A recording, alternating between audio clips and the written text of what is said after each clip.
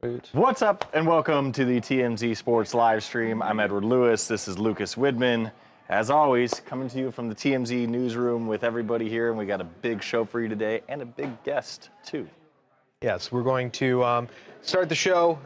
We have an interview that we have to get to, but among topics that we're going to discuss today, the shocking news in the NFL, 7-year vet Doug Martin tragically passing away.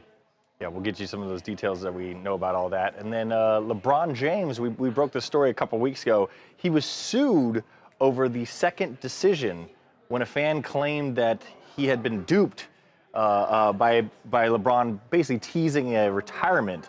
Well, now that case has had a significant update, and we'll kind of get into that. But first. And as for our guest, we are going to introduce him right now because he is in with us. And this is a big one for me. I'm going to take you down memory lane real quick. I was a second grader, and there was a tour that was announced, and tickets were on sale. My sister got tickets. My teacher got tickets, but I wasn't allowed to go because I wasn't old enough. And now, this is a special moment for me because I'm now 2 for 5 with one of my favorite groups of all time. This is NSYNC band member Joey Fatone, who is joining us to talk about an appearance that he made. This is all going to make sense as to why he is on TMZ Sports right now. Why am I on here? Why? Bear with us. I don't have an athletic bone in my body. Why am I on here? Well, you tell us, Joey, because we're watching Sunday Night Football, and all of a sudden, things pop up on social media of you making a very special appearance for those in attendance. Tell us all about it. Yeah, I was over at the 49ers game, and they had a 90s night. And, of course, I guess I feel like I'm the epitome of the 90s, if you will. But, yeah, you know, they actually asked me to come on out and do a 90s medley. So I did a whole bunch of, like, a little bit of NSYNC, a little bit of Green Day, just a couple of seconds of different songs. And it was great. You know, honestly, I didn't really think the audience was going to perceive it like it did. And everybody was just singing along and having a great time. I think now with the generation and the age, we're at the right age where people are watching the games are now my age. You know what I'm saying? Mm-hmm. So it's been fun. It's been great. Now, you bring up the fact that you didn't just do some NSYNC songs, but, you know, Green Day as well. What is it like to get to perform these songs from other artists, other groups, and really get everyone involved like that?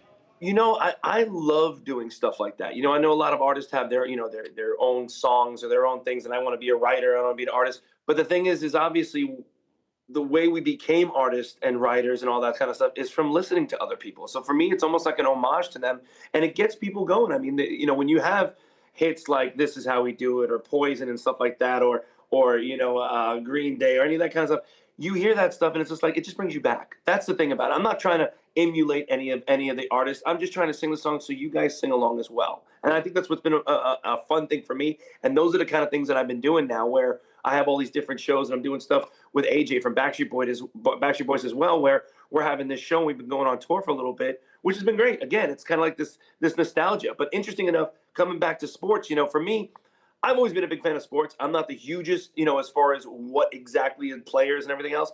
But going to a live game, there is absolutely nothing like it. If people that have ever or have never been to a live game and always just watch sports on TV, I think it's just the most amazing thing to be there live in the action when it's happening. That brings me into my next question, because I know you have performed this at, you know, Epcot, and you're in Myrtle Beach. What is the NFL atmosphere like? Because it's crazy fans. You're in a massive stadium. Just kind of walk us through what that experience is all about. Well, the interesting thing is again, like I said, you're dealing with completely all walks of life, all ages. So how do you know, get them, you know, to watch what you're doing, and especially if it's a halftime show as well, where most people are like, I got to go to the bathroom, I got to go eat, I'm going to go do this, do that. So, you know, to keep them captivated. And I think that was the most interesting thing to listen to when, at first, you know, I'll be honest, when I first started coming out with the song, we did the song Pop from NSYNC, and people were kind of like, oh, this is okay. But then as the songs keep going, like I said, and you're starting to hit, you know, Bye, Bye, Bye, and I Want It That Way. And, you know, it's just amazing thing that people just get amped up and just love the songs. And it reverts again back to all these people that when they first saw, you know, NSYNC or Backstreet Boys, like yourself, you said you saw us or heard about us in second grade. Thanks for telling me how old I am. I appreciate it. Well, to make you feel old again, in 4th grade at our talent show, I did my own choreography to Pop. Heck yes. And nothing wrong with that. There's nothing wrong with that. You know, it's always an amazing thing how music and sports always kind of go hand in hand. You know, I love it. I tell people that all the time. So Joey, I hate to bring this up, but word around Yeah, you're town allowed to. is you're a New York Giants fan. I know, and I saw the game last time.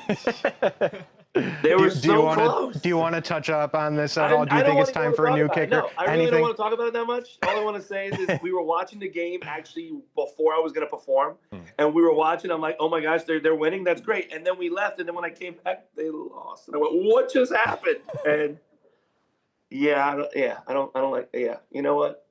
We'll skip that. Well, so this past weekend aside, how do you feel about Jackson Dart? Seems like there's a bit of hope with the franchise now, and Scadaboo, he's awesome. Overall, outside of the loss to the Broncos, are you feeling good? I'm feeling good. You never know. We'll see. I'm excited. We're I'm keeping my fingers crossed. We'll see what happens. That's the thing. Always when people go, we won. No, we didn't win. They did. They did the effort. I love when my Chris does it all the time. Chris is a Pittsburgh Steelers fan, and he's always like, we won. And yes, I know, but I have to bust his chops and go, no, we didn't win. They did. You cheered them on, bro. You were not on the field. I get it. But it's one of those things. You never know. I'm hoping for him. I'm crossing my fingers. And you talk about the intersection of sports and music. The biggest storyline that embodies that right now is Bad Bunny at the halftime show. What do you think about him getting the big stage at the Super Bowl this year? You know what? I embrace it. I think it's great. Honestly, I really do. I know people have different sides of it and all that kind of stuff, but I think every year for me, I think they should change it though. Every year, I think there should be some sort of nobody's crying and complaining that pop music ain't out there right now. Why isn't a boy band out there? And you know what I'm saying? I think it's just different styles, different times, different years. So this year is Bad Bunny year. Maybe next year, who knows? After doing the halftime last night, do you have advice for Bad Bunny? I know it's a little bit smaller scale, but same fun. Stadium, I mean, we did the halftime show. NSYNC did with Aerosmith and Mary J. Blige and Nelly and stuff. So it's a fun ride. I would tell him just enjoy it and embrace it because it does go by so fast. All the preparation, all the rehearsals, everything. It just boils down to those few minutes, not a whole lot of time, and it's just one big blast to see how much performance you can do to wow everybody. Speaking of that, would you guys be willing? Would you think NSYNC would be possibly willing to do a halftime show down the road again? Is that in the cards? If there is ever a conversation, just like the conversation that hasn't happened yet, is the five of us going back together, if we're ever going on tour, what the heck are we doing? It's that $1 million question. And hopefully one day we'll be able to get together. I mean, for me, I'm sick and tired of people asking me in the sense of I'm down to do it. Because people are like, are you going to do it? I said, I don't know. There's 4 of the guys that have that conversation. So it's almost like, just get the head out of their butts and figure it out. But, really, honestly, it's like one of those things where everybody has their individual stuff. I mean, Justin literally just got off tour. So would it be fair to him to call him up and go, yo, bro, you want to go on tour right now? You just got off tour. It'd be a great idea. Let's do it. That's I think the problem. Give people space, give people time, and I think it will come around. Again, it's just one of those things where the 5 of us have to get together, have that conversation, and go, are we going to do it? Yes or no? And what does that look like? But I will tell everyone right now, we have not had the conversation. I got one more about NSYNC and going back as a group. No worries. We reported this dozens of times now that Backstreet Boys wanted to do a golf matchup with NSYNC. Have you seen or heard any headway in that front at all? No, we've heard about it. And you know what? It's so funny because a few of us, like even AJ, like I said, me and AJ we do talk a lot. And we've had conversations about, doing things together. And believe it or not, I know some of the guys are pretty good at golfing, especially with Backstreet Boys on that side. So if there was Backstreet against NSYNC, Justin's really good. Chris is really good. Now, I'm not sure about JC, but JC can pick up things fairly quickly. I am absolutely horrible. I see what's going on right now. I'm trying to hit the ball. I actually go there for fun. You can see how Justin's face is very serious. I am not. I like to drink and drive the golf cart. But yeah, it's one of those things where, it'd be fun. Again, we've done charity events, though. We've done basketball charity events back in the day, actually, overseas, where we would have this charity event where Backstreet and us were playing on each other's teams at one point. We actually, I believe it was AJ that was on our team and Lance was on Backstreet Boys team. And we did like a charity event, basketball. That'd be another thing we could do too, which would be fun. I mean, I won't ask you any more questions about NSYNC, which, kind of leading into what I was going to talk about is we asked our social media accounts, our sports and the main TMZ account, if they had any questions for you to be featured on the live stream. A lot of them were NSYNC related. A lot of them were. No worries. We're asking about when you guys are reuniting, but we'll spare you of that. But I just answered it. Yeah, we'll spare you of that. So, but MJ Wilson asked, who do you think is the best quarterback in the NFL right now? Right now? I'm not sure. You know what? That's a tough one. To be honest with you. I'm hearing people yell. What'd you say, Constantine? Daniel Jones. Daniel Jones yelled out. And that's My boy, me. Obviously, we're doing a show right here. So remember, Constantine, come here. Stick your head in here for a second.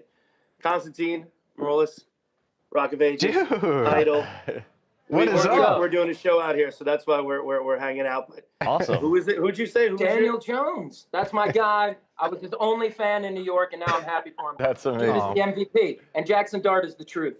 There you go. All right. There you go. I was trying to get that out of Joey. He wouldn't even say that himself. Hey, I mean, You know, I try to be politically correct with a lot of this because the minute I say one team or one person, they're like, "What about this one?" I'm like, you know what? I'm gonna keep it. He said it. hey, no, I mean, but Daniel Jones, you know, funny, a year ago, nobody would be thinking that somebody would say that Daniel Jones has the case for the best quarterback in the NFL, but sure enough, he does. It's interesting to say, but we'll see how that goes, right? And then 3ID asked, what is something that irritated you the most when you were on tour with NSYNC, but that you laugh about now? Oh gosh, irritated the most. Chris. No, you know what? You know, it's so funny. We were so young. Nothing. Honestly, it was like I was 17 all the way up until what, 23, 24 years old, literally touring the world, having our college years. And nothing really bothered me personally. I'm very easygoing, very happy, lucky kind of guy. And I lead sometimes, but there are times I do go with the flow. So for me, you know, it's fun, especially with ensemble things. You know, this is fun doing these things by myself or doing Joey Fatone and friends. But like I said, I love grabbing, you know, other artists like Constantine and other people to come in and do these things because again, it's so much fun for me. It's not all about me, is what I think of it sometimes, and I like to share the stage and the wealth with everybody else. Well, awesome.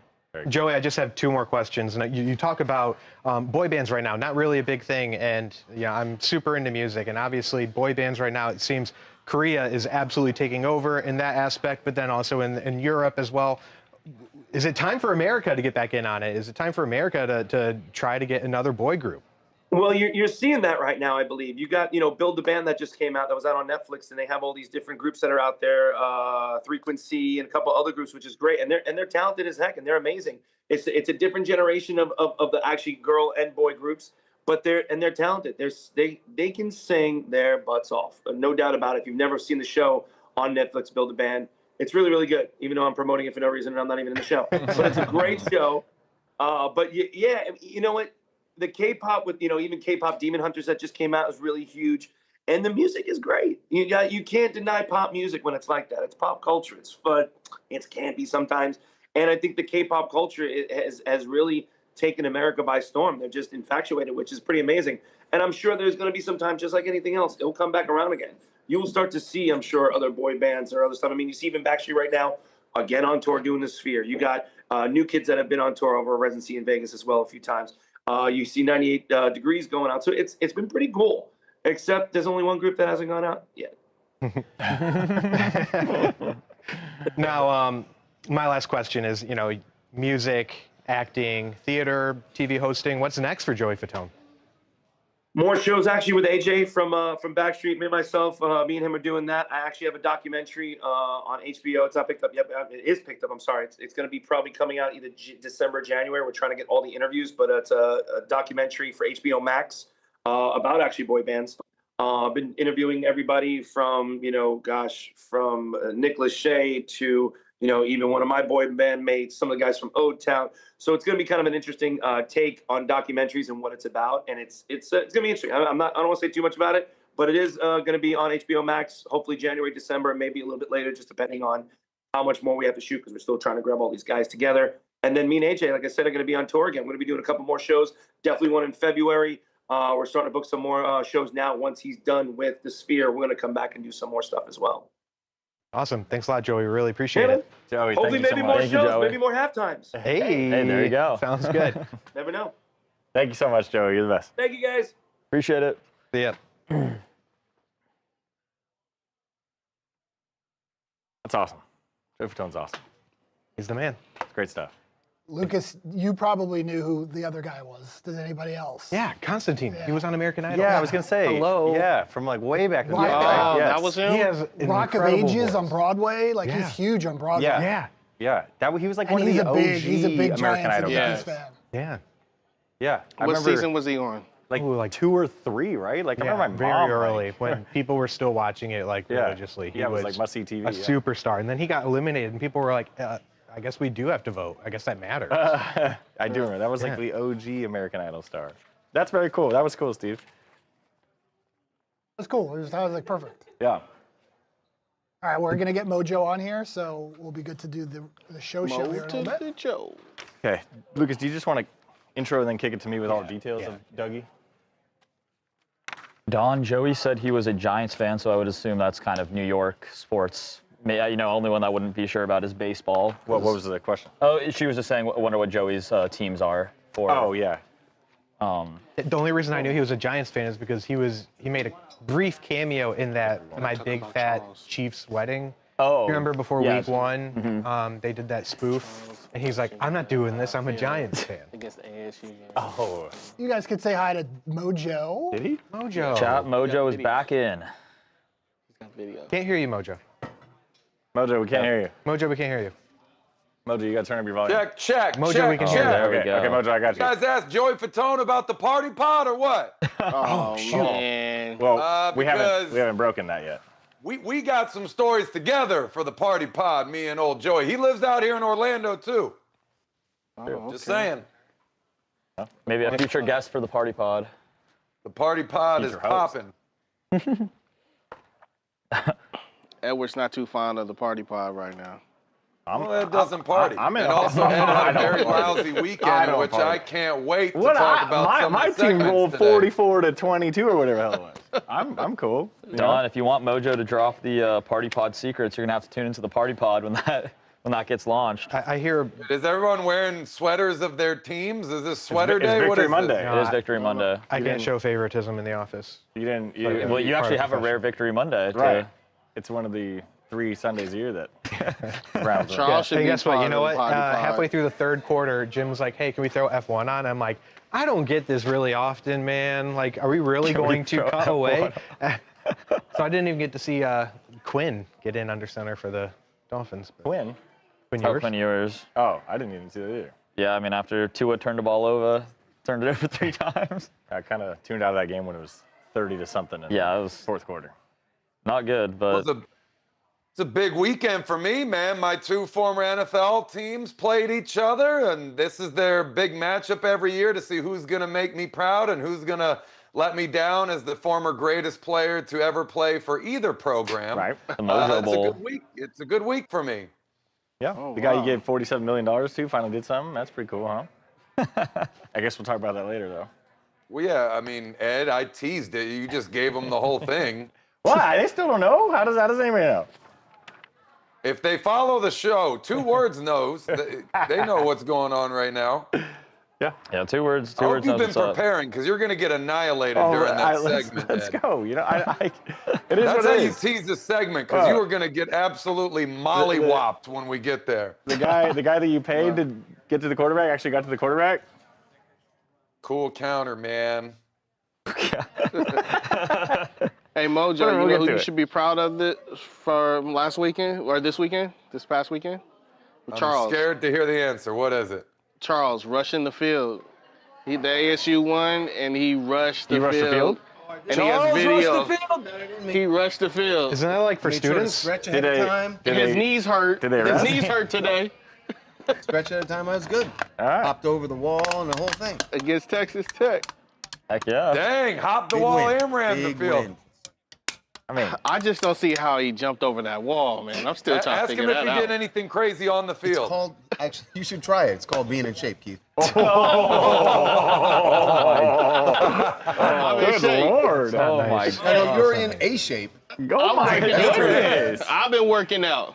Don. Oh my Lord. Don, the Yoga? watcher said you got Molly whopped. Oh my yoga. goodness. This guy, yo. Hot yoga. That's all I'm trying to say. Holy smokes. I'm a big gosh. subscriber of hot yoga. I'm with that one. I'm into cool yoga. All right, you guys ready to That start with makes- the room serious temperature one? yoga. What are you? Into non-yoga. 75-degree yoga. Oh, Lucas, emails. Okay. I'm Stay right here. going right into you. Yeah. You going right in this one? Right into it. So it's going to be a quick, Yeah. quick intro and then.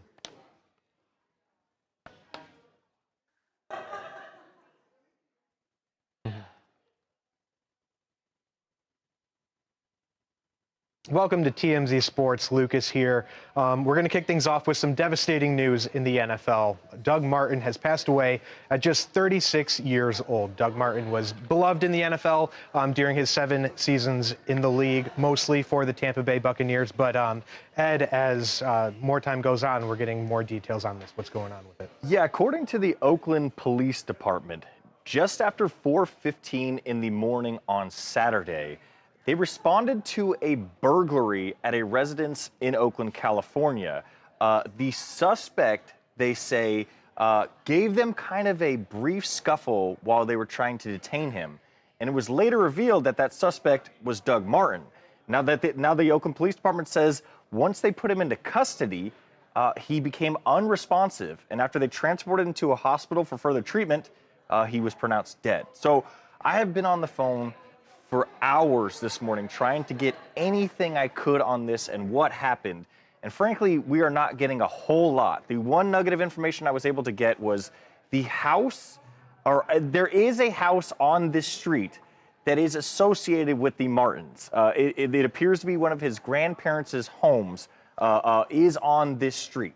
So I don't know what that means. I don't know whether the house was involved. I don't know whether Doug was in that house or around that house or near that house, but I do know that he has a tie to this street somehow. But everything else, I spoke with one source, a high-ranking source in the Alameda County, and they told me the Oakland Police Department has a hold on all of this stuff, releasing it publicly. They've only released so far that they want the family. The family is asking for privacy at this time, so who knows when we'll get a little bit more information, but as of right now, that's what we got. Now, Doug Martin, he was a star at Boise State, went into the first round back in the draft, and one of those losses that just is so shocking. You saw the outpour of love and support on social media throughout the day on Sunday. Mojo, just as someone who knows what that football fraternity is like, what is this loss like for the entire sport? I mean, I never got to know Doug, unfortunately, but you do kind of feel it just from playing the sport at one point, right? At any point. I mean, this guy was a beast. I mean, you talked about him at Boise State, but at Tampa Bay, I mean, he was a 2-time Pro Bowler. Pro Bowler his first year in the league. I think he had over 1,400 yards rushing as a rookie, which is crazy to say. I mean, that dude could ball. That was actually my first year moving out to Florida with WWE. So, I mean, we would go see him play, man, and this dude could just absolutely ball. You hear about what happened, and there's so many questions, right? Almost shades of the Mark Sanchez thing with curiosity and just confusion overall right now. But you wonder what really went down, what the tie-in was to the family, and how this happened. But man, until we have that, all I can talk about right now is that this guy was just such a sensational player and a great teammate. So I don't even know what to say right now. Right, and we'll continue to get more information as the days go on. Stay tuned to TMZ Sports. We broke the unfortunate news on Sunday, and as we get more, you will know more as well. But as of right now, rest in peace, Doug Martin, 36 years old. 30s. Yeah. It's my age. 36 years old. Yeah, the muscle hamster, man. I mean, if you didn't know who Doug Martin was, you knew the muscle hamster. He didn't love He that was a nickname. He was this Monster ball on of the muscle that ran over everybody. I know he didn't like the nickname, but that was who he was. That was why fans loved him. Yeah, it was crazy. Who knows what happened though, man? I like I said, I've been on the phone all day long, and it appears that he might have been the suspect of a burglary and might have been in some kind of quarrel with cops, and they might have done something that injured him. But right now, we just don't know. It seems like a lot of most of the comments and stuff on whether it's our stream or on the website / Instagram, everything is just everybody is just so confused with all the facts coming out right now that there's so much information, there's so little information coming out that nobody's really able to make a even an assumption of what Right. happened, really. Right. A lot of people are saying that once the body cam footage, like hopefully for that type of stuff gets released, that we can determine what the brief struggle was, you know. But other than that, everybody is just.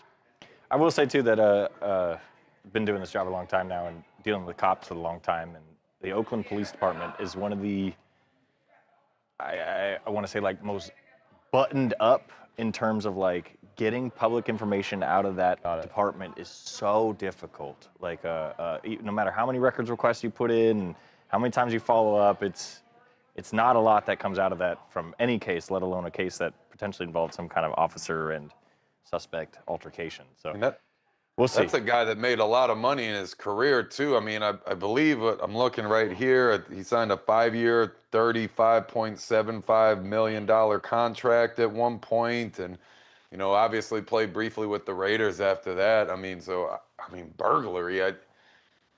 You know what I mean? Like, you hate to see when players get into tough straits after making so much money in the league. I'm not saying any of this happened because we don't know, but anytime you hear those two things together, it just, you know, breaks your heart.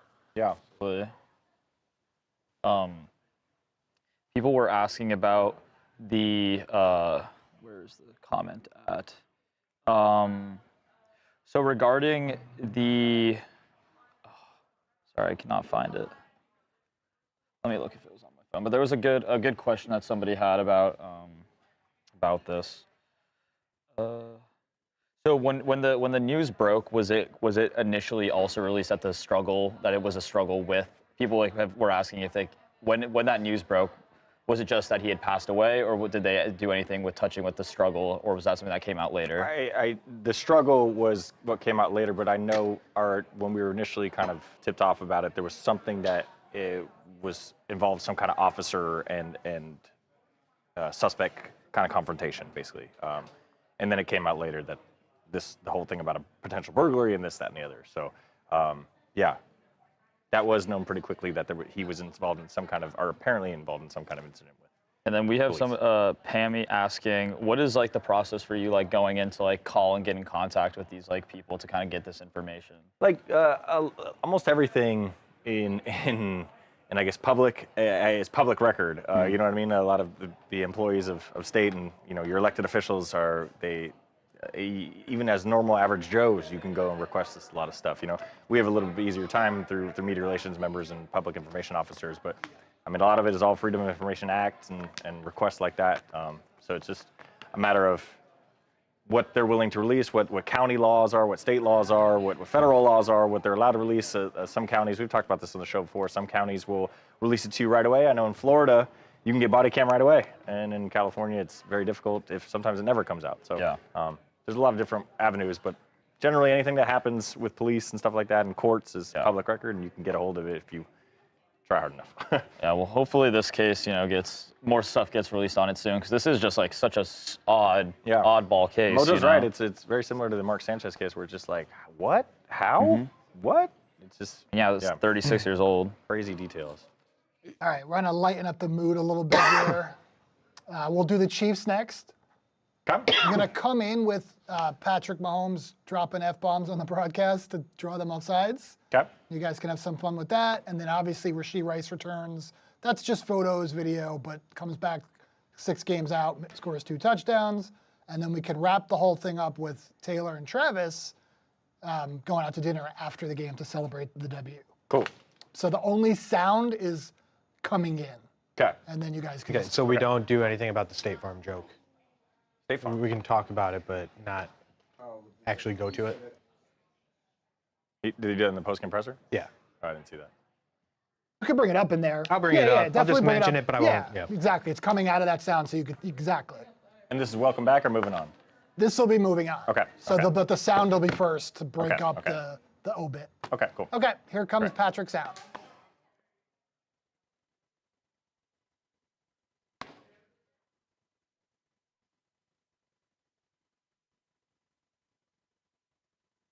Going for it on their own 40, on 4th and a foot. Try to draw him offside.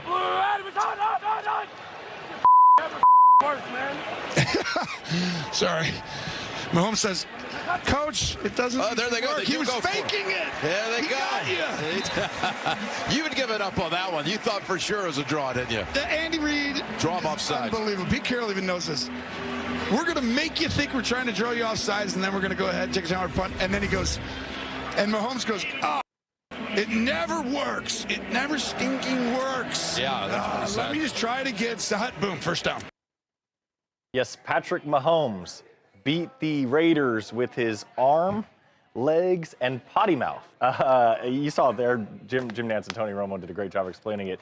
He actually tried to lull the defense into sleep by yelling to his sideline, "This never works," and then quickly snapping the ball and getting the first down. The Raiders, Lucas, absolutely were abused by Patrick Mahomes and the Chiefs all game long. In addition to kind of falling for this little trickery, they lost 31-0, and even this fake plays were working against them. Did you get a chance to catch this game at all? Yes, I did. And mind you, when this happened, it was only 7-0. And you have to think this maybe took the wind out of the sails for the Raiders, because after this, I mean, Patrick even said, look, I got my acting skills from doing the State Farm commercials. And it's like, that's really what did it for us. But yeah, the Chiefs have been struggling a bit this season, but yeah, the 31-0 win. And that play in particular, you know, it was the 7th play of a drive, ultimately ended up being a 17-play drive. It was a touchdown to Hollywood Brown.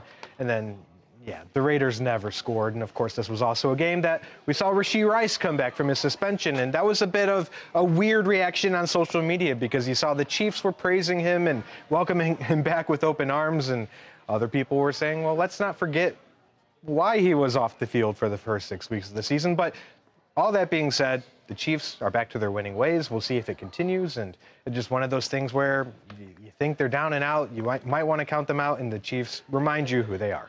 And of course, they had their biggest fan, or I guess Travis Kelce's biggest fan, in attendance. Taylor Swift was at the game for, well, I guess this is like the 5th time this season, or maybe 4th time this season. She was not shown on the broadcast. We're still trying to figure out why she went from being the most popular and in-your-face Chiefs fan to now kind of being in the background of the luxury boxes. But she was nonetheless there, and afterwards, she and Travis Kelce had a bunch of friends that they took to his steakhouse, 1587 Prime.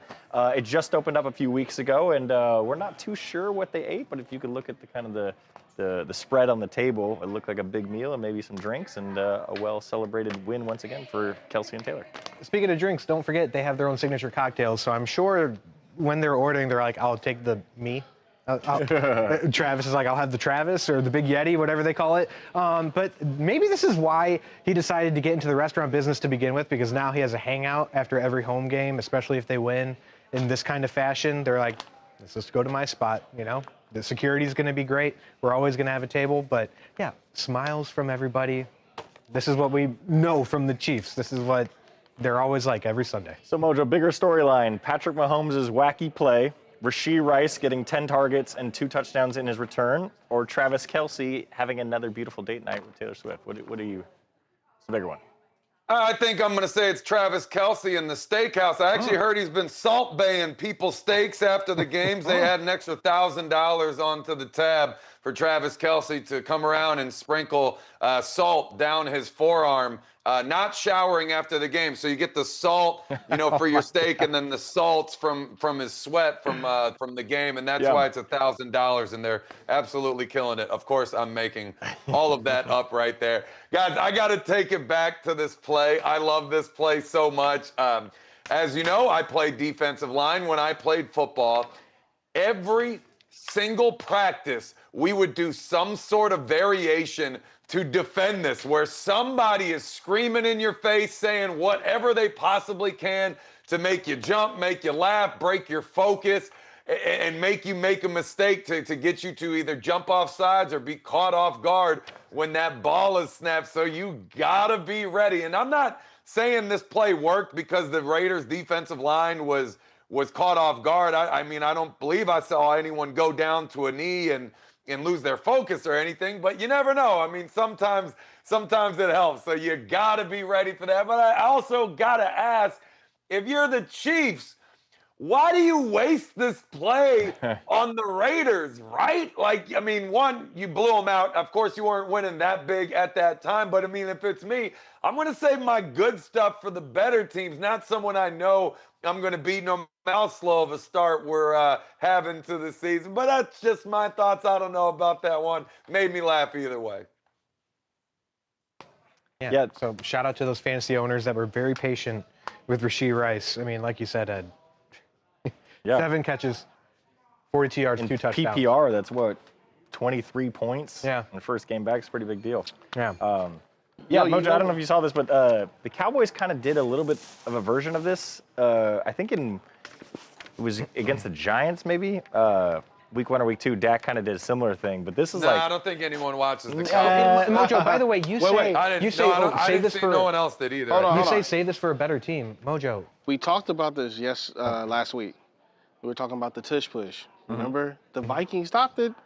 Not the tush really, push. no, they really did. They have a formula to stop the tush push. They didn't stop it. They only stopped it because they got a penalty. The Eagles jumped off. That's the way to which, stop by the way, I like they they're getting continue to creative false with it, start. though. Yeah, Finally, they did. someone's Win. thinking outside the box here. Yeah. A win's a win. If they could just get the refs to officiate it, it'd be perfect, you know? Dude, they laid down. It didn't work though. He guard. went over top and he got the first down. The only reason it didn't work because they got the penalty. I Yeah, think he just that's like the way to lined do up it. like to the side. Yeah, they had a procedural penalty on the next time they were. Mojo, you said save that for a better team. I mean, the Chiefs were 500, before this win.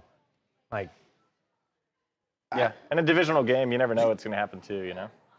I don't Raiders know. are bad. Are the Chiefs that much better than the Raiders? Didn't I'm They still looked- not they looked- concerned if the I'm Raiders Chiefs. pretty good. Do you remember last year they were in Arrowhead on Thanksgiving, or maybe it was the day after Thanksgiving, and the Chiefs almost lost that game, if I remember right.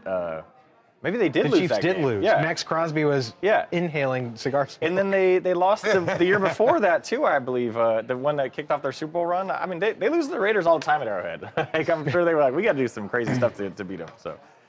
Well, 2 words. Our favorite fan of the channel commented saying that his theory is that Taylor will be shown less and less, and Bad Bunny will begin to get shown a lot more for whatever he's doing leading up to the Super Bowl. What games are Bad Bunny going to?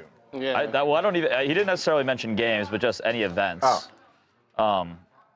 But it is odd that. That's a good point. If you're Bad Bunny's team, do you start sending him to games ahead of time, or you keep him out until Super Bowl, for scarcity? Or I wonder how he's going to do that. We saw him at the I do Yankees wonder game. how they deal with that, because it would make sense for him to go to a football game before. His But team's going to be I asking, do honestly you guys play think- God Bless America at these games? oh my, yeah, They that's a good stopped point. showing her because she was kind of a distraction to what was going on. They have a losing record for a minute. They're trying to bounce back, and they got to focus on that. Like, I think that's what it is. I'm on that side of it as well. I think that they needed to kind of bounce back, and I mean now they looked really good. I mean, granted the Raiders are not a great team, but they looked really good yesterday. At the same time, like, Josh Allen is married to a superstar. Yeah. Haley Steinfeld. How many times have you seen her on TV? Hardly. If you request to little not be bit shown, different. I suppose if if you request to not be shown, they'll grant you It's that. the drastic difference, though. Like, Haley has always wanted to be in the shadows, and Taylor didn't appear to always want to be in the shadows, and now she wants to be in the shadows.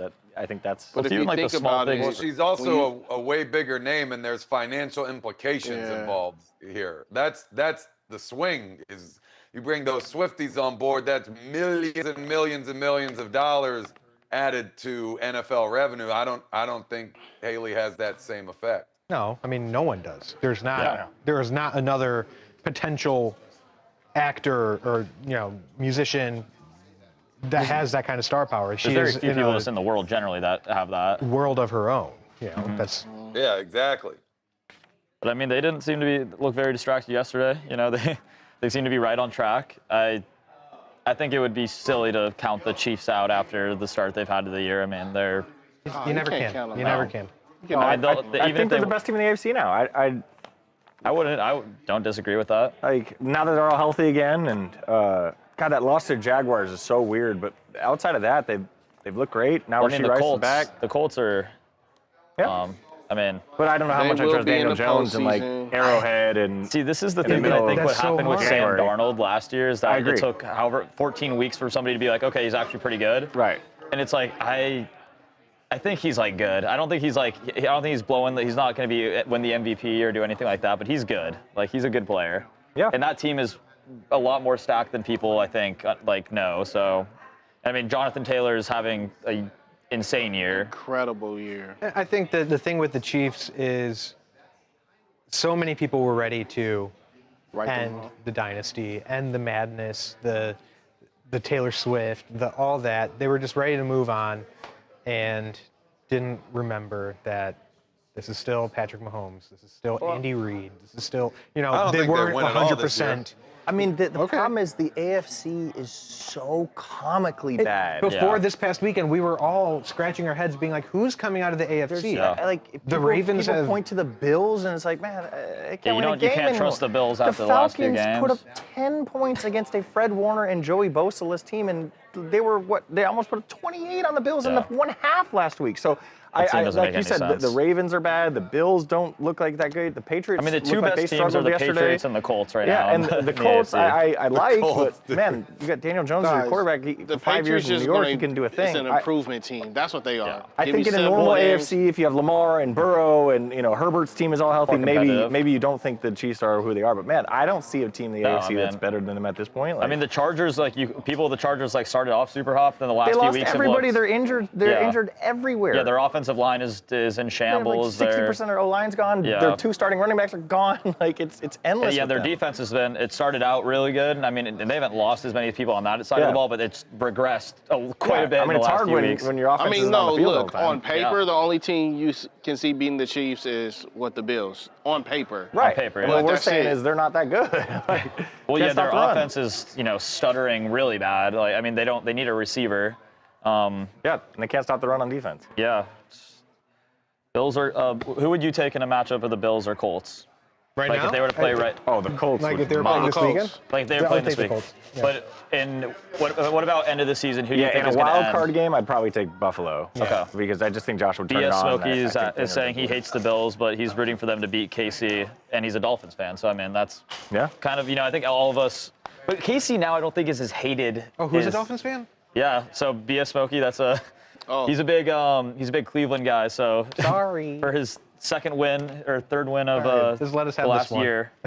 He's pretty stoked about it. All right, speaking of Cleveland, are you ready to talk about former Cavs? Also, I'm not going to give this away. You'll know the answer, but I won't say who. But we're going to do LeBron here, and then we were supposed to talk to tomorrow a former teammate of his who won a title with him, also won a gold medal with him. It was postponed, but we'll leave it there. So we don't want to give it away. What? Yeah, So we're not doing it tomorrow? I'll tell you offline why. Okay. But everything's okay. Everything's okay? We're still doing it? We'll do, another day though. Steve, you just got real quiet on me. Did that happen with anyone else? No. Two Miami fans. Maybe it's whack. Sad to see. Lucas, are you going to welcome back here and tee up Edward again on LeBron? Welcome back? Yep. Okay.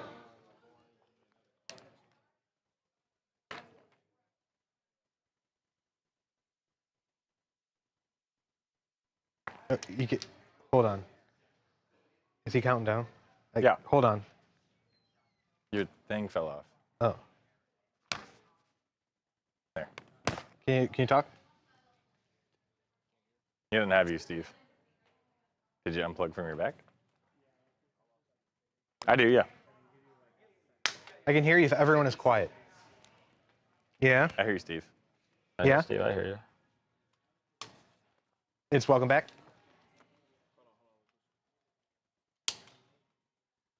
Welcome back to TMZ Sports. Lucas here. Remember that fan who filed a lawsuit against LeBron James because that second decision didn't really actually end up being a decision? Well, he has filed to dismiss the whole thing, but he still might end out on top. Ed, what are we talking about here? So Andrew Garcia, we reported this just a couple weeks ago, filed a small claims lawsuit against LeBron James for $865.66. After he says he was basically duped by LeBron James's second decision. He thought that LeBron was announcing a retirement. Turns out he announced Hennessy. When he went to buy tickets thinking that it was a retirement, possibly he bought them for $400-ish a piece. And then when the retirement announcement didn't happen, they dropped down significantly in value. So he said LeBron owed him money. Well, Garcia had planned on going forward with this lawsuit. He actually texted me several times saying, I'm not moving from this, until Sunday. when he says the daily fantasy app called Prize Picks reached out to him and basically gave him an offer that he felt made him whole. Now, I want to say this was not on behalf of LeBron or anything. Prize Picks just merely reached out to him and said, hey, like, we saw you were troubled and we'd like to give you an offer. I was told this offer included some money, the $865.66 that he could use on Prize Picks, some merch, some Lakers merch, and tickets to a Lakers game of his choosing. So Andrew texted me this morning. He said, I didn't want to kind of double dip on this. I didn't want to kind of take LeBron's money and the Prize Picks money. So he said he went and filed the dismissal. And so now the case is over. LeBron will not have to go to small claims to defend himself against Andrew Garcia.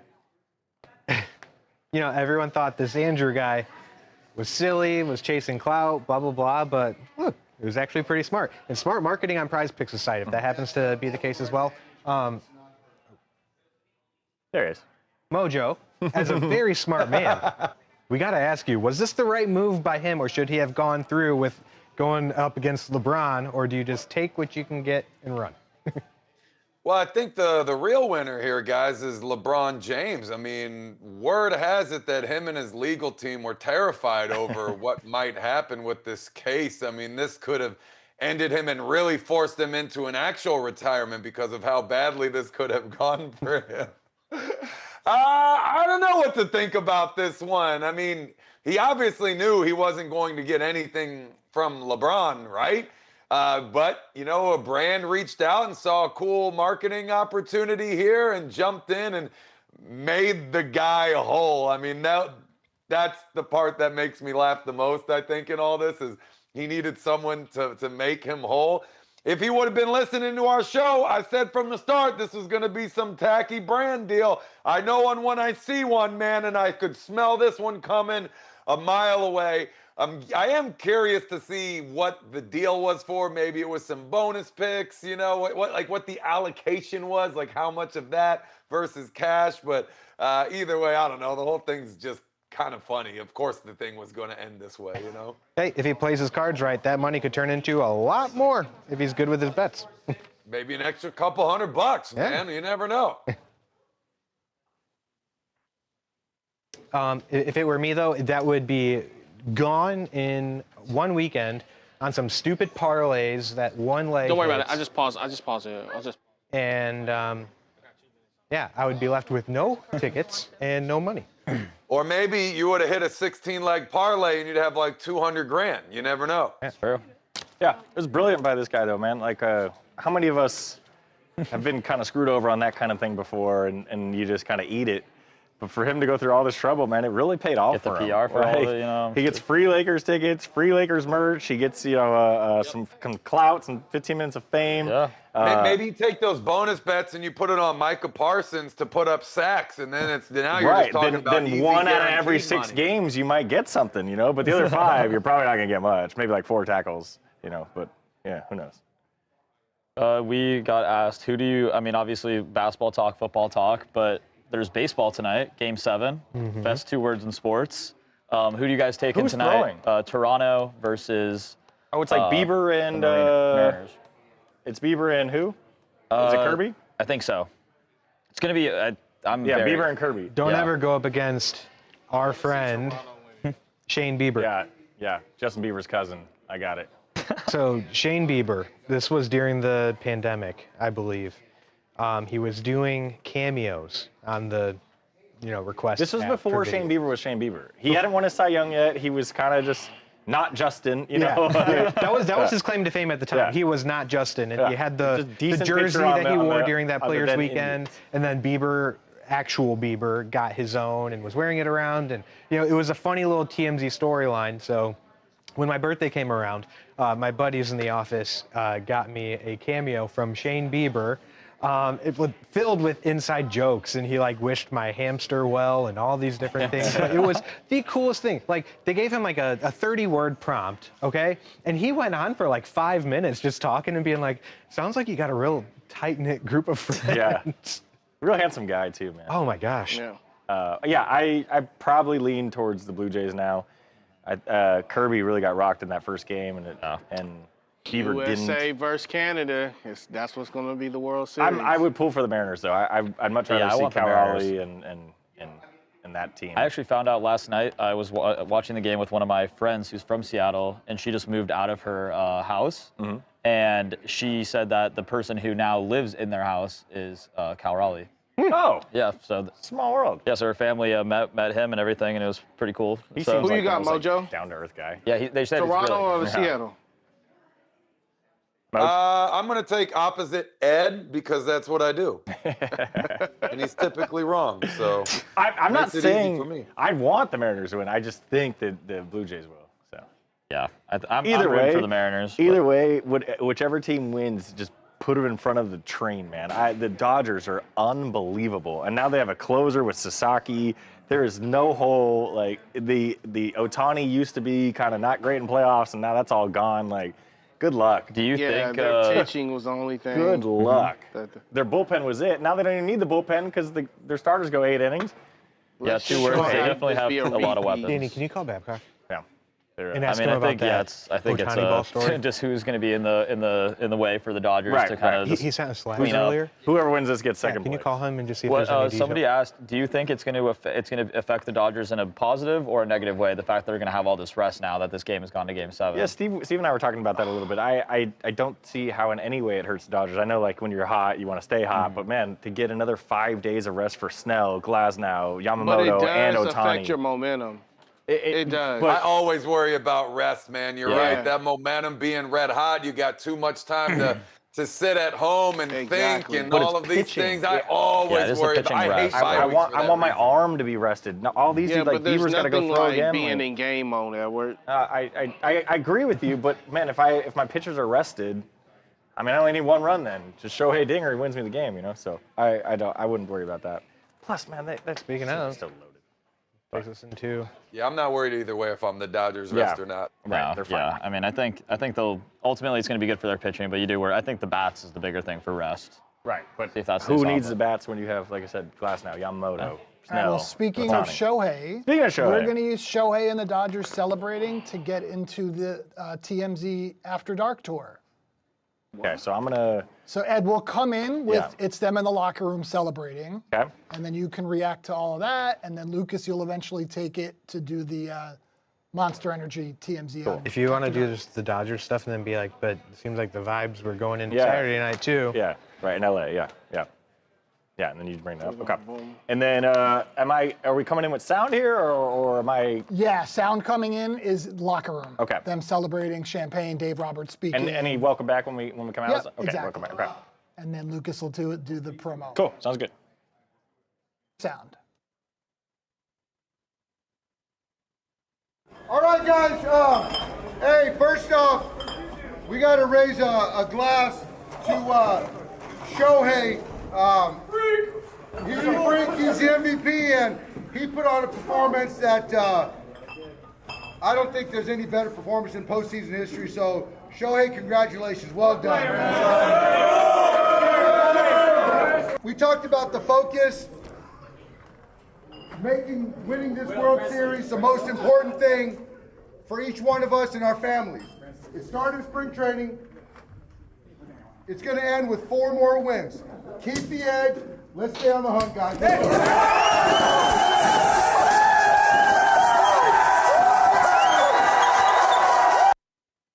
That was Dave Roberts and the Dodgers celebrating their big NLCS victory. And boy, did they celebrate it, and boy, did they have reason to. Shohei Ohtani, Dave said a little bit in that clip, it was probably the greatest baseball game anyone has ever played. He had 10 strikeouts as a pitcher and 3 home runs as a hitter as the Dodgers swept the Brewers in 4 games. The party, the vibes were incredible. It was all happening on Friday night. But Lucas, they seem to roll a little bit into Saturday night, still sticking in Los Angeles too, right? Yes, Shohei Ohtani and the Dodgers were not the only ones partying in LA this weekend because Grant Ellis, the bachelor himself, He joined the TMZ After Dark tour, and that was fueled by Monster Energy. Grant Ellis hosted the tour, and he had a rose in his hand and everything, but he wasn't just there to host. He was ripping shots. He even got on the bull at Saddle Ranch. They went to all the bars. It was lit. Everyone was having a fantastic time. Looked like a lot of fun. Maybe next time I'll get an invite, but go to monsterenergy.com to see what they have going on there. And of course, check out tmztour.com to learn about how you can get in on the fun as well.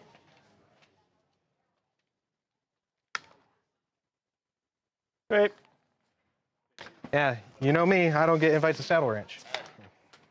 Oh, yeah. What? What? What happened? Yanks, Oh, they Sox, did? and Dodgers always going to win, Sean. Yeah, I mean it is interesting the how like the salary cap stuff works right now, especially like you said in the players era. Yeah, small market teams can make it to the World Series. Obviously, if they get hot, you know, I mean, and some can win. I mean, I would say that I'm a Nationals fan, and in 2019 we won, and that was, you know, a small market team. We did spend a lot of money though. Some of these small market teams just don't spend a lot. Like the Mariners, you know, they have a MVP candidate, but the rest of the team doesn't have a ton of money behind it, especially the pitching. But the Dodgers are just going to be able to recruit all these international players, you know, that, you know, make this big difference for when it comes October. So, the Dodgers are unbelievable, and I'm a Mets fan, Joey. Yeah, the Dodgers are crazy. I mean, their payroll, you know, I'm never going to be that guy that blames anything on the payroll, but I mean, they do spend a lot of money on a lot of really great players. So, and some other teams do spend a lot of money, like the Yankees, on, you know, maybe players that aren't as good at times. So, the Yankees won't win anything under Boone and Cashman. I mean, they have won. I mean, they haven't won it all. I mean, they were just in the World Series a year ago. Yeah, it's like I mean, it's not like they're a bad team at all. They were literally in the World Series, and, you know, I mean, granted they got messed up, but I was gonna say this. To be honest with you, between Toronto and the Seattle, whoever wins, they honestly will have the advantage going into the next game. For the simple fact they'll be in game mode. The Dodgers been sitting. It kind of will remind me, remember when the Lakers played the 76ers when Allen Iverson came in, they stole game one? Not saying they can win the World Series, but I'm saying they can at least go in there and steal game one. use that It's momentum. just a few days, you know, it's not I like mean, it's like it'll be a big thing if the Mariners win, especially tonight, to go down and play in, because it'd be in LA, like to go and, you know, West Coast already, you know, West Coast team, kind of like have that similar feel. I feel like, as opposed to going up and playing in Toronto. I think they have a great, like, just as good a shot as anybody to win, like you said, that first game. That makes sense to me. The Nationals are not a small market team. I mean, yeah, kind of are. I mean, we're not you know, to that level of some of like the notoriously small market teams, but I mean, we've been around for 20 something years, and now our payroll is nothing. NBA is back this week. Yes, it is. The sports equinox is this weekend. So that is always something to look forward to. That'll be something that will be a lot of fun to talk about on Monday. Lakers and Golden State open up, right? Yeah. Who do you have in that game? Oh, man, it's purple and gold to the grave. Oh, I'm going with the Lakers. The Lakers could be going up against the Monstars, and Keith would say Lakers. Purple and gold to the grave. I mean, Braun's out till what, November now? Middle of November? Yep. We still winning. We got Luka. Yeah, you got Luka and We got Luke. and DeAndre Ayton's corpse running the center. Austin Reeves. That's right. Austin Reeves, yep. How do we feel about Bronny going into year two? Yeah. I mean, what are you going to put up 2 points? Maybe. You No, tell you us, expert. I still cannot hear anything in my ear. Lucas, who that means? Senior, yeah, it is the 8th largest market in the country, but I'm talking just in terms of right now, the fan base, how much money they're investing into the team. Yes. Nobody's watching a Nationals game pretty much any day of the week. The battery's all and the that's way been up. the case since 2019. But yes, I do understand what you're saying. Like Pittsburgh, small market, you know, in terms of payroll and such. But I'm more so focusing on the payroll. I'll turn it back on. So my computer's. Okay. You guys got it? The earwax? I checked it. Is it almost time for my head-to-head with Ed? Head-to-head with Ed. That's a segment right there, Steve. Head to Ed. Well, I would read more of your guys' comments, but my computer unfortunately That's not on camera, is it? froze. Nope. But You might need a new graphic now that I have this also longer, Thunder beautiful Rockets hair. are playing. Yeah, Thunder Rockets is going to be a great game. I mean, I think KD just with that last contract or extension he signed is now the highest paid NBA player of all time. I gotta see. He gotta do something this year, man. KD's kind of falling off a little bit. I mean, he just doesn't play like it's. I mean, he's still a bucket, but It's wild the way his career took a turn when he joined the Warriors. 1 second, Like guys. to me, everything after that was just whatever he Senior, does is irrelevant. exactly. Senior softball. That's exactly what I'm talking about. Yeah, it's similar in the sense where it's like, yes, it is the 10th largest market, but is small market in the sense that nobody is going to these games. Lakers 14 games on the road.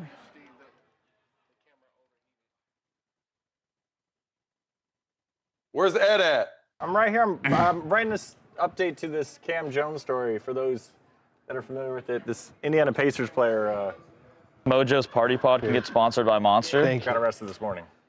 Well, Ed, you're just brushing up on your notes for the showdown. Stop lying like you're I don't doing need some notes, work. you know, like You hit up your whole team of writers, and you guys were working on something for the duel today. not all of us have to brag about being the Kyler Murray-less Cardinals. You know what I mean? Like, You're the Cowboys. what about it? You got to brag about any win you can get, pal. They're 3-3 and look great. You know? I'll get some any word on trades with the Knicks, Joey Hernandez? No. So far, it looks like that team that they made a pretty deep playoff run with last year is going to be the same one they go into with this year. Trivia time: is Phoenix more or less than the 15th largest market for the MLB? So the Arizona, I'm assuming you're talking about the Arizona Diamondbacks, or are you talking about the Phoenix Suns, senior? But if it's the Diamondbacks, I would say they're probably a pretty small market. Definitely less than 15th largest. Are you going through the chat right now? Yeah. Chat's popping, man. Chat is popping. Kevin Murray, welcome back. Good to see you. Does the chat want to hear about my weekend? Guys, chat, do you want to hear about Lucas's weekend? Because I know I do. So, Saturday, Yeah. I decided I'm going to bake something, a little fall treat recipe. I'm a baker. I like to bake. I like to cook. Chef Wid. Chef Wid. I decided to go with some chocolate pecan truffles. Okay. A little test run for Friendsgiving. You gotta come prepared, so Absolutely. I brought something. That is going to be my go-to this year. Super easy, no bake. You have to freeze and refrigerate, but that's it. So those were a 5 out of 5. And then Sunday morning, I'd said, okay, well, if the Browns let me down again, I'm gonna have something to fall back on. So I put a crock pot meal in that was going to take about 9 hours. Oh. So before kickoff, I did some red wine braised short rib. Ooh. Look at you. Chef Wid. 9 hours later, fantastic. I don't like to toot my own horn too much, but those were so good. And Jim, my roommate, agreed. He was like, that was good. With some mashed potatoes, with some Yukon Gold potatoes. Oh. Are you a foodie, Lucas? Dude, so I grew up, I don't want to say anything, but Do your horn a little bit. the seasonings cabinet in my household growing up was not crowded. Robust. And as time has gone on, I've learned to do different recipes and try new things and stuff, and it has been quite fun to try new things and see what's good, see what's not. And I enjoy to make it myself. I don't necessarily go out to restaurants and find the best spots. I usually go out for dinner and I like it, and then I go there 30 times in a year instead of going to different places. So people are like, what's good around here? And I'll say one thing and they're like, okay, what else? I'm like, well, that's it. Yeah, you stick to what I mean, I think that's the case for a lot of people is, kind of stick to what you know a little bit. Yeah. I mean, my dad was or I guess still is technically, but was a chef when I was growing up. Oh, shoot. And so, but the thing is, I realized, but at that time, you know, like when you're a little kid and you're just like playing sports and stuff, and everybody's going to the McDonald's after the game or whatever, I'm like, oh, I want to do it. My dad, I don't think I had McDonald's till I was a freshman in high school. Oh, wow. So, and then you know, once you kind of have, you know, a little bit of freedom, you're not like, you know, staying at home as much for like lunch and dinner and stuff. And then I go to college and I learned that I should have appreciated all the like home cooked like good meals and stuff that he would cook for me on a regular basis. And now I finally have kind of started getting back into the cooking aspect. So that's kind of cool to hear that you're into that as well. Oh yeah, it's a lot of fun, and it's hit or miss sometimes, you know, but it's part of the experience. Kevin Murray, I think, yeah. I mean, why eat out when you can cook at home? I mean, if you know, I think it's more of a time thing than it is a desire to do it or not, because I always have a ton of fun cooking, and it's like a nice little thing. I throw on a podcast or something or some music in my kitchen and just, you know, go to town. But, you know, you don't always have the 2 hours that it takes to, you know, like the 8 hours to wait around for something like when you're cooking. So that's kind of the differentiating factor, I feel like, for me. But yeah, a lot of planning. You got me again, Lucas? Yeah. All right, you ready to do Isaiah Rogers? Yes. Lucas, do you want to do Isaiah with Mojo, and then Edward will do Micah with Mojo? Perfect. Cool. Whoa.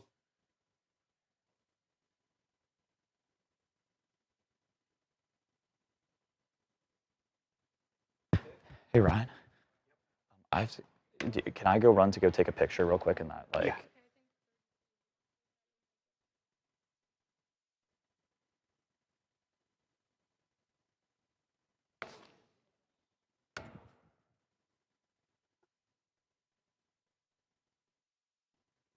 Welcome back to TMZ Sports. Lucas here.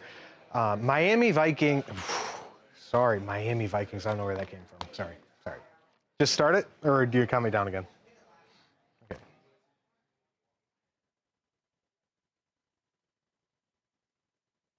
Welcome back to TMZ Sports. Lucas here.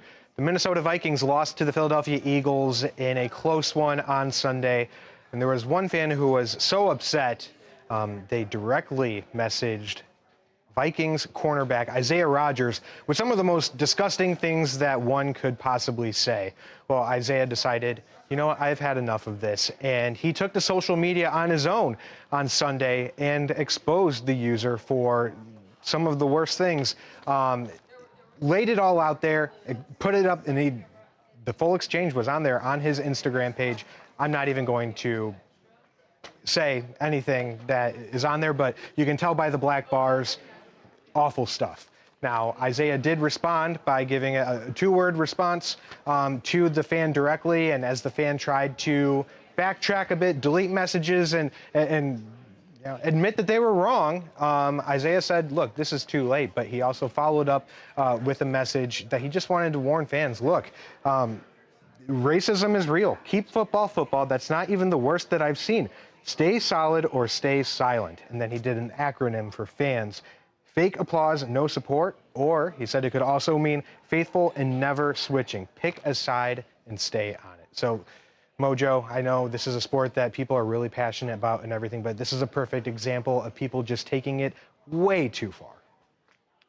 Yeah, and I gotta say, I gotta agree with Isaiah here. That is probably not at all the worst that he's ever gotten. I mean, I hate to even say it like this, but that didn't even look bad compared to some of the things that I've seen, some of the things that I've personally received from as early as my days at the University of Maryland. The second you start playing on TV and, you know, having a legitimate fan base, people will come after you. Or if you're playing teams with legitimate fan bases, the other fans will come after you. I mean, you just are always opened up to a line of criticism, and there's very little that you can do about it.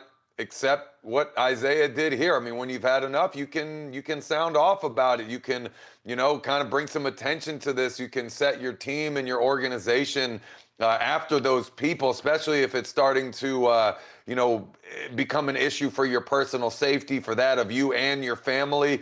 Every organization has someone that you can reach out to help handle these things for you. And, you know, it's always better to be safe than sorry. So, yeah, I mean, look, this is part of the game, unfortunately. I don't know if I ever see that this is going to change. I'm glad that it's not getting the better of him and weighing too much on his mind, that he was able to use these people to kind of laugh it off and, you know, use them as a prop for a message that he was trying to pass along on his own personal channels. Otherwise, you know, you're trained not to give these people a voice. Why would you when they're, you know, essentially a nobody trying to bury you, come at you, end you, all of these things, you know, leave them in the darkness where they belong. So again, I've seen worse, but that never excuses the behavior at all. Right, Mojo, and Isaiah Rodgers, here's a guy that has had a great season so far, but one play he gives up a 79-yard touchdown to Devontae Smith, and all of a sudden that doesn't matter anymore. Fans, they such short memory, and this is a perfect example of just taking it way too far.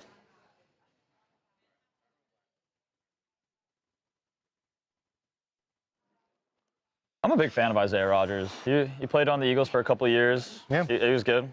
You know, he has a ring, so for whoever that guy is that always counts. Yep. That guy's a bozo, but yeah. Ask that fan how much is his contract.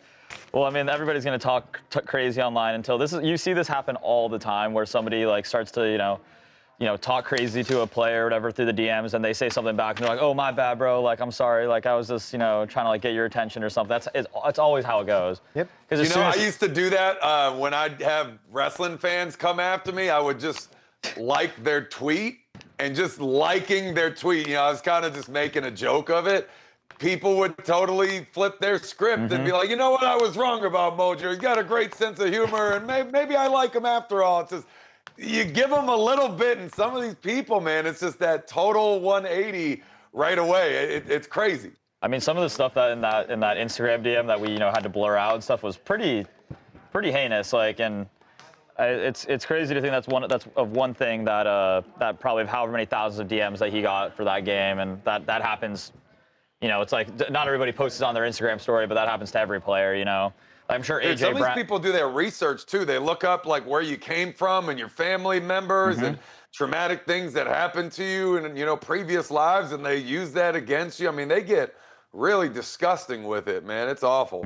Yeah, I mean, it happens, you know, on a scale that I'm sure none of us could really ever. I mean, in Mojo, probably you might be able to understand kind of like what that's like, but compared to the average Joe has no idea what it's like to get that many comments, that many things, and, you know, still be able to keep up your mental. And it happens to all the players, not just like an Isaiah Rodgers. I'm sure A.J. Brown the first 3 weeks of the season, you know, on the Eagles was getting hate comments because he wasn't catching the ball or getting enough targets or whatever.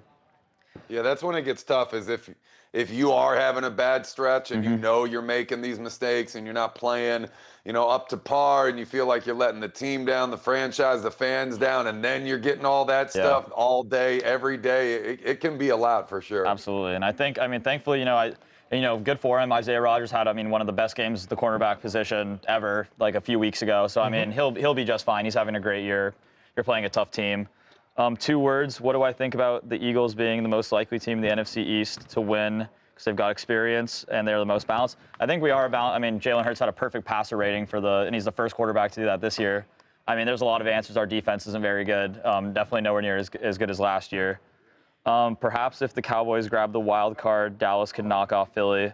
I mean, easily. They're going to destroy them in Dallas in a few weeks. That's going to be a bloodbath. So I don't necessarily agree with Who's going to destroy who, Ed? The Cowboys are going to Cowboys going to destroy Philadelphia. Yeah, I mean, you guys going to put a bet on it? Let's make it interesting for the show. I mean, you know, it seems to be everyone likes betting on the big dogs. You know, everyone likes betting against the champion. So I understand, but yeah, we'll put a bet on it. Maybe let the chat start coming up with some good ideas for the bet. That's a great idea. Yes, chat. Give them a homework assignment. Chat. 2 words: Kevin, Dawn, Angie, softball, all of our regulars.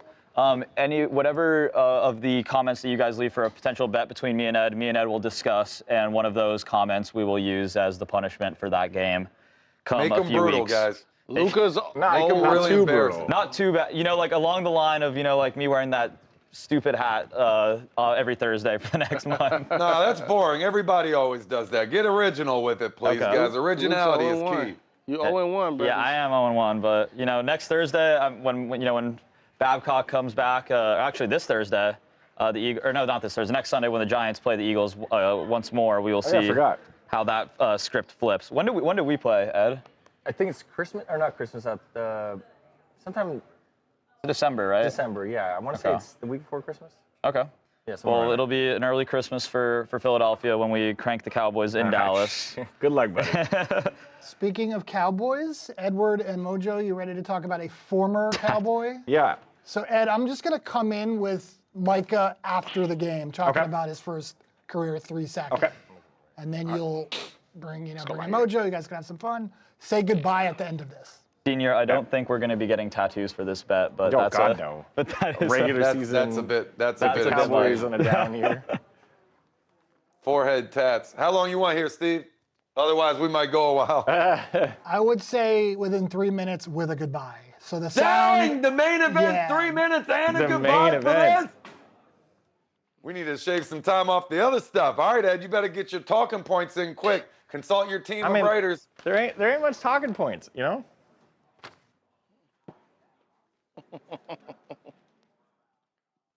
I think there's levels to this game. If I get the same looks as some of these other guys, this is the result. I think, looking across the league, usually guys like me don't get those type of looks. You know what I'm saying? Like, that's a rarity. And there's levels to this. So if I get those type of looks, I can do those same results as those other guys. They work in funny ways. It's like it just happens when it happens. When it rains, it pours. You aware that this was your first? Yeah, I was very aware. I know how many times I had to have set games. How many? I think I had like 4 of them. I tweeted. They did call a hold against the guy. Yeah, in the run game, yeah. So I'm pretty decent in the run game. That was former Dallas Cowboys superstar Micah Parsons, who's currently a Green Bay Packers superstar, gloating after beating the 2-5 Arizona Cardinals in a final second victory where Mojo finally did something after being traded to Green Bay and doing relatively nothing for the first few weeks of the season. He actually had a very dominant performance. 3 sacks, as he said on the presser there. Mojo, you and I have gone back and forth all year long about this, you being a big Green Bay Packers fan, me being a Cowboys fan. Tell me about why I should be eating crow right now because you and the Packers beat up the Kyler Murray-less Arizona Cardinals, the 2-5 Arizona Cardinals, and why this is such an important win for Micah Parsons. First of all, a reminder at home for everybody to watch the live chat because Ed and I have been priming this segment all day in the live chat. So check us out every weekday. Guys, this is what they signed him to do. This is why you spend the money on bringing a Micah Parsons over. 3 sacks in 1 game is unbelievable. That's why you spend that money. You want to talk about results. Ed, do you really think the Packers win this game without Micah Parsons having that performance in a close game that came down to the wire? No. So Micah Parsons is resulting directly in wins. He's had a sack in almost every single game this season. He's averaging a sack every game this season when you factor in these multiple sack performances. I mean, this dude is an absolute game changer, and it's early. Take a look at what's coming up next in the schedule, namely next week. Aaron Rodgers and the Pittsburgh Steelers. You think the Packers aren't going to turn up the heat on their former quarterback, knowing how that relationship ended? The best is yet to come, my man. This is a franchise move, and that is why you spend franchise money. It results directly in wins, something that you and your team know very, very little about. Perhaps if they had the $47 million that they spent on Micah and they spent that on other players around the team, they wouldn't need him to get 3 sacks against the 2-5 Cardinals to get a last-second victory. Who but cares? We could argue about this all day long. We're out of time, but as Mojo said, we are going to get after it on the stream every day. Until then, we'll see you tomorrow. Where it'll be what, Ed? Where it'll be... Where Micah Parsons and his 3 sacks are gonna bring y'all the best show since today. Look, I can't, it's obviously that, this is what he does. You're going to love this about Micah because he has these games where it's, like he said, I think he said 4 games of 2.5 sacks where he just absolutely takes over. And then you'll have these nights, like the Cowboys night, where it's like, dude, where are you? It's mind-numbingly frustrating, and it's one of the reasons why he's not a Cowboy anymore. And you'll see, you know what I mean? You'll see. When it's the playoffs and you're like, dude, we need that sack. Where's Micah? And he's in the medical tent or doing something. But you know what? Enjoy your 2-5. The win over the 2-5 Cardinals, who didn't have their starting quarterback. The fact that You're needed. looking at the wrong points. How many losses do the Packers have this season, Ed? How many ties do You they got to have? preserve wins. Everybody Packers lost to the Browns. Look at it that way. The Packers' one loss was against the Browns. How many people in this area or how many teams in this area have you beaten? Not the Cowboys, not the Browns. In what area? The Packers Sports haven't beaten anybody. They're not Octagon good, there? What are dude. you talking about? Yeah, it's fine though. You know what? Gloat about your victory over the Cardinals, and we'll see. We'll see. What are we gonna see? Are we gonna see something that the Cowboys I'm telling are you, gonna you're do gonna be like, man, we that overpaid blows for our this mind? guy. Mike is cooking right now. Cooking. He has one game. Well, we'll continue. So how many sacks does he need to average? Think about that. We'll see you guys Thanks for tuning in to the tomorrow. show.